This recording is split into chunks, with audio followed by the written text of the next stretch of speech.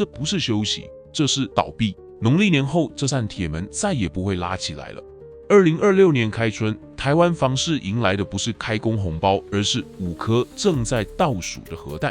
建商退款无主断头，一场9.5兆的资产毁灭战已经开打。我是麦门，今天这部影片非常沉重，我要带你看穿这场大逃杀的真相，告诉你如何在资产归零前找到保命的出口。年后即将爆发的失业海啸。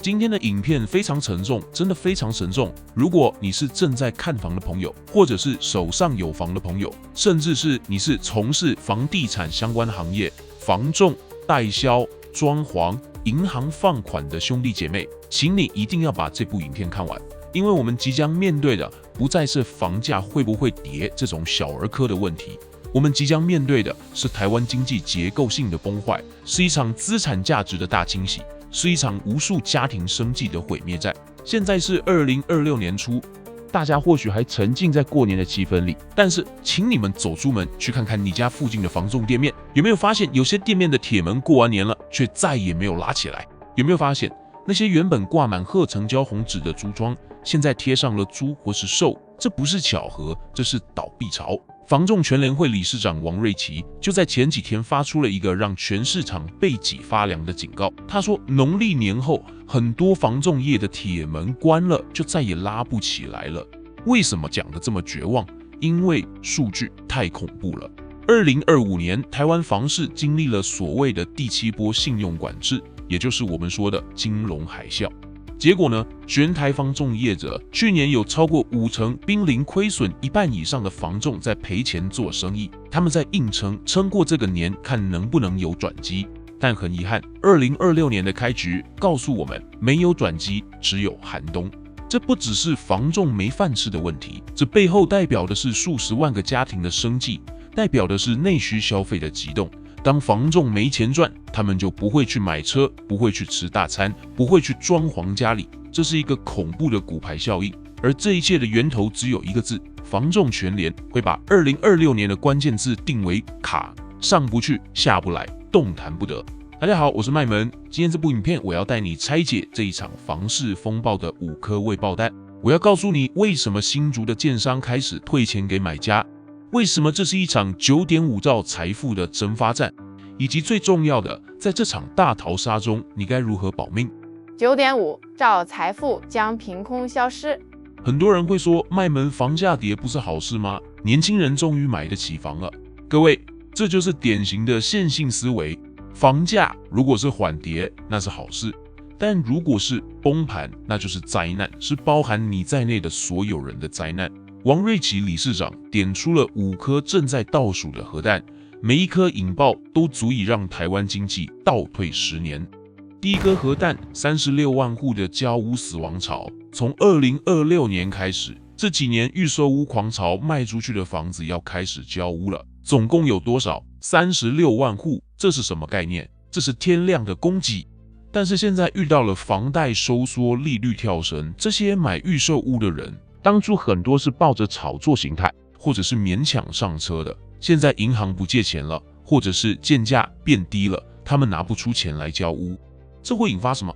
资金断裂，接着就是急跌式修正，也就是多杀多，踩踏式出逃。第2颗核弹，首购与换屋族被屠杀，政府口口声声说要居住正义，结果呢？现在银行的贷款成数被压到只剩5成、6成。一个想换大房子的中产阶级，原本以为可以贷8成，现在突然要多筹几百万现金，筹不出来怎么办？违约。原本健康的换屋链被打断了，小换大，旧换新，这个链条一旦断掉，房市就变成了一潭死水。第3颗核弹，中小型建商的倒闭骨牌，大建商有钱可以撑，小建商呢？预售屋卖不动，去化速度慢得像蝸牛，但是工程款要付，银行利息要缴，工人的薪水要发，资金一断就是烂尾楼。我们将会看到越来越多的建案停工，越来越多的建商老板跑路，这不是危言耸听，这是正在发生的现在进行式。第4颗核弹，全民资产缩水9.5兆，这是一个让人头皮发麻的数学题。全台湾有950万户住宅，如果房价下跌1成，仅仅是1成哦，全民的财富将瞬间蒸发9.5兆台币。9.5兆是多少？相当于中华民国中央政府3年的总预算。这就是为什么我说这是资产毁灭战。你的房子价值缩水，你会觉得自己变穷了，你就不敢消费。台湾的内需经济会因为这9.5兆的蒸发，直接进入冰河期，第5颗核弹，房仲业的灭绝。这就是我们开头说的，去年已经有1半的房仲在亏钱了，今年年后如果不改善，那就是大规模的倒闭，这会造成严重的失业问题、社会问题。这5颗核弹现在都挂在我们的头顶上，秒针正在滴答滴答的走。政府如果继续装睡，继续为了选票搞暴力打房，那么崩盘的不只是房地产产业，而是台湾的经济基本盘。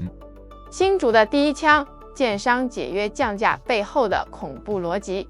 讲完了宏观的核弹，我们来讲讲微观的现场。最近房地产圈传出了一个让所有人都傻眼的消息，地点就在全台湾最会炒房的地方——新竹。大家知道新竹是科技新贵的大本营，房价这几年是喷射机式上涨，竹北、关埔都喊到7、8字头了，连旁边的湖口、王爷、陇从化区都因为比价效应炒到了4字头。但是就在2026年，新竹湖口居然传出了解约降价的第一枪，建商做了一件非常反常的事情，他们主动找已购客说：来，我们把合约解掉，我们重新签约。重点来了，重新签约的价格是下修的，是降价的。各位，你们什么时候看过建商把吞进去的钱吐出来？这就像是老虎把肉吐出来一样不可思议。好房网的报道说，这是建商让利，展现诚意。结果接待中心反而涌进贪污人潮，真的是这样吗？我告诉你，这背后的逻辑充满了恐惧与算计。某家不动产的董事说得很含蓄，他说这是骑虎难下，但我讲的直接一点，这叫做自断手脚求生。为什么建商要这么做？第一，因为真的卖不动了。如果维持原价，这案子可能卖到2030年都卖不完，资金压在那里，利息会吃死人。第二，为了定锚，与其让市场在那边猜，不如我自己把价格砍下来，创造一个我很便宜、我有诚意的假象，吸引那些还在观望的韭菜进场。第三，避免退户潮，与其等客户因为贷不到款而违约退户，搞得场面很难看，不如我先主动降价，留住这些客户。这说明连新竹这种有刚性需求支撑的地方，房价都撑不住了，说明建商的资金压力已经大到必须割肉的程度了。而且这不是个案，早在2025年中，台南善化就传出过类似的消息，说建商通知屋主折价退款，每户退200万。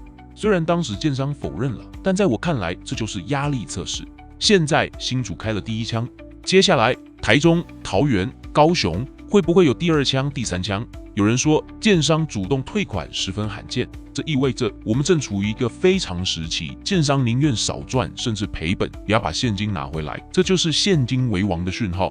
在这个市场上有一条铁律，当卖方主动降价求售时，往往不是底部的开始，而是崩盘的序曲。大多数人看到降价会觉得赚到了，想冲进去捡便宜。但猎人不会在猎物刚受伤时就扑上去，猎人会等到猎物倒下，完全失去反抗能力时才从容的收割。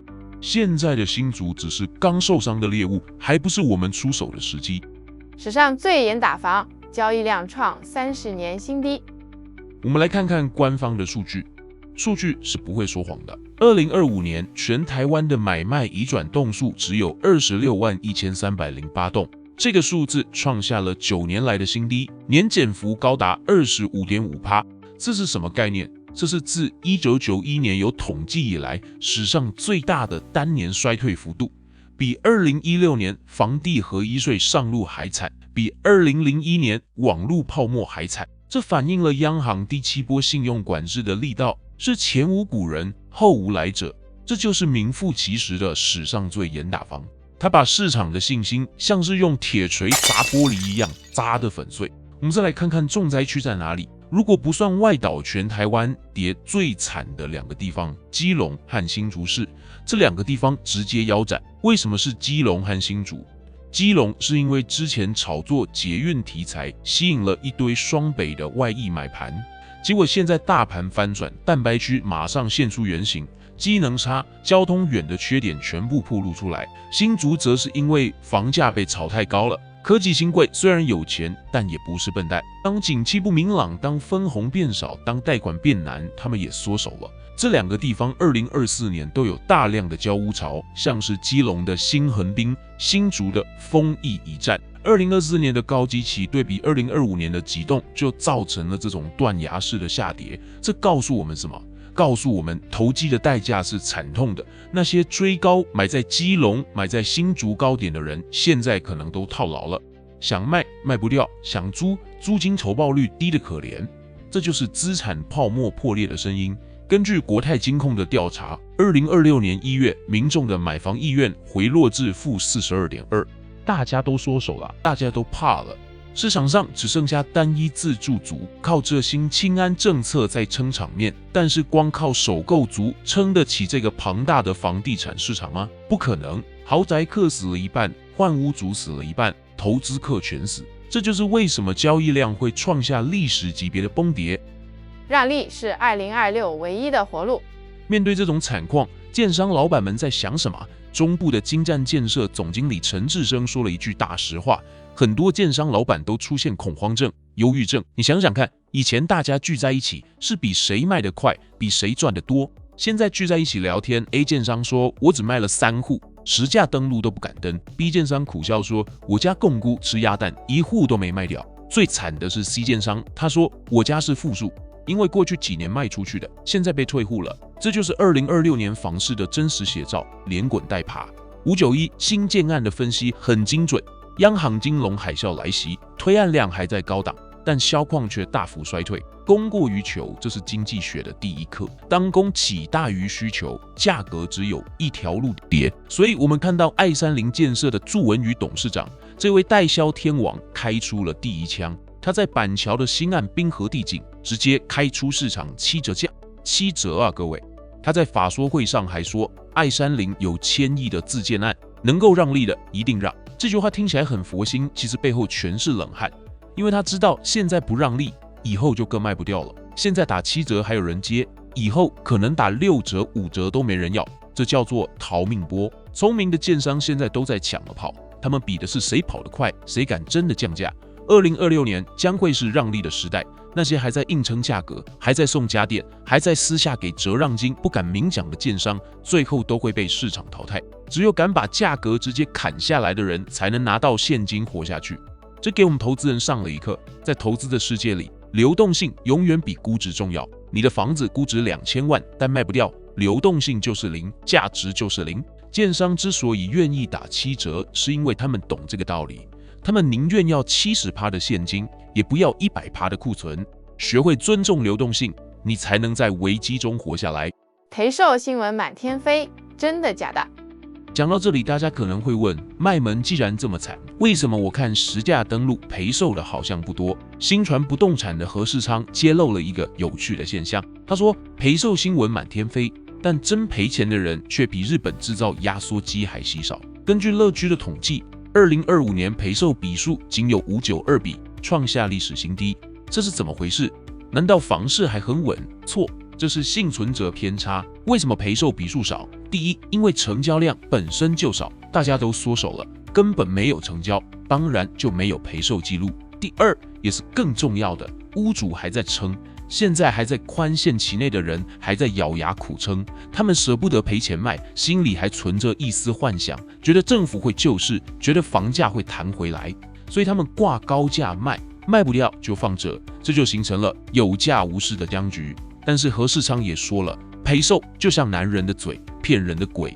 很多售屋网站上写屋主忍痛赔售，其实都是话术。可是这个话术背后反映的是买方的心理。买方现在就是要看到赔售2个字才肯点进去看，买方的心态已经变了，他们预期房价会跌，他们在等着捡便宜。2025年交易创历史罕见跌幅，但房价修正幅度仍不明显，这意味着什么？意味着量缩加稳，只是暴风雨前的宁静。当那些撑不下去的屋主，当那些宽限期到的投资客真的开始断头的时候，那个价就会像溜滑梯一样下来了。10年一遇的进场点还是接刀点？最后，我想跟各位说几句心里话。2026年对于台湾房市来说，绝对是一个分水岭。王瑞琪理事长呼吁政府要当上医，要治未病。他希望政府放宽第二屋限制，放宽换屋族贷款。我觉得政府可能会听，也可能不会听，但我们不能把命运交给政府。如果你想跟上我及时的资讯，请追踪我 Press Play 专栏。例如2024年，我就很用力的提醒读者，不要买房了，把现金留给白银。白银当初才27块上下而已，但是白银会创历史新高。结果你看，1年多暴涨4倍，一堆人30块以下不买，80块、100块了才想追，方法不对，努力白费。而现在房市在这种局势下，该如何判断真正的底部讯号呢？ Press Play 专栏连结就放在资讯栏里，里面我不讲废话，只讲逻辑和具体方法。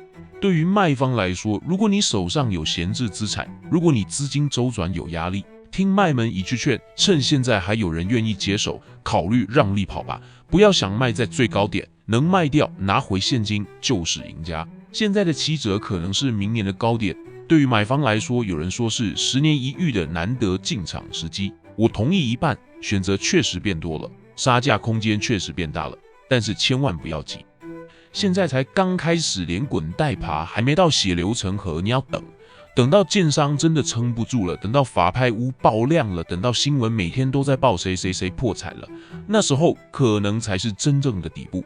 2026年现金为王，保护好你的信用，保护好你的现金流。这场9.5兆的资产大洗牌，等待属于你的机会。我是麦门，我们下支影片见。